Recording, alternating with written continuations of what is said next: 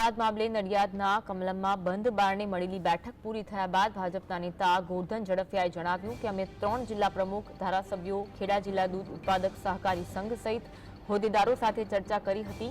ખેડા જિલ્લા દૂધ ઉત્પાદક સહકારી સંઘના વિવાદ મામલે ઝડફિયાએ જણાવ્યું અમે બધું બેસીને જોઈ રહ્યા છીએ। ગોરધન ઝડફિયાએ દાવો કર્યો કે સૂત્રો તરફથી મળતી માહિતી મુજબ આગામી દિવસોમાં ઘણી ઉથલપાથલ થઈ શકે છે। तो हमारी तो पार्टी है। पार्टी चलावा माटे हमारे जे कई जरूरी करવું પડે જરૂરી સૂચનાઓ આપતા હોઈએ છે એનો એક ભાગ છે। બીજું જે રીતના અમે બધું જ અત્યારે બેસીને જોઈ રહ્યા છીએ। જેનો મુખ્ય હેતુ કઈ નહીં, બધાને મળવાનું થાય, બીજું કઈ છે।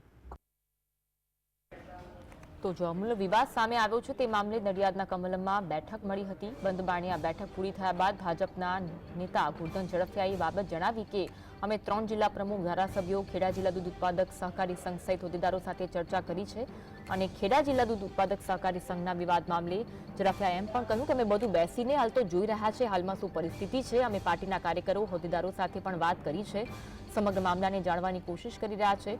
તેમણે દાવો કર્યો કે સૂત્રો તરફથી મળતી માહિતી મુજબ આગામી દિવસોમાં ઘણી ઉથલપાથલ થઈ શકે છે। તેમણે એક સૂચક નિવેદન આપ્યું। ભાજપના નેતા ગોરધન ઝડફિયાએ 3 કલાક સુધી બંધ બારણે બેઠક યોજી હતી અને ત્યારબાદ તેમણે આ બેઠક અંગે કહ્યું હતું કે 3 જિલ્લાના પ્રમુખ ધારાસભ્ય ખેડા જિલ્લા દૂધ ઉત્પાદક સહકારી સંઘ હોદ્દેદારો સાથે અમે ચર્ચા કરી છે। આ સમગ્ર પરિસ્થિતિ હાલ અમે જોઈ રહ્યા છીએ અને સાથે આગામી દિવસોમાં મોટી ઉથલપાથલ થાય તેવા સંકેત પણ તેમના દ્વારા વ્યક્ત કરવામાં આવ્યા છે। આ સાથે તેમણે કહ્યું અમે પાર્ટીના કાર્યકરો હોય હોદ્દેદારો હોય તમામ સાથે વાત કરી છે, આ મામલો જાણવાની કોશિશ અમે કરી રહ્યા છીએ।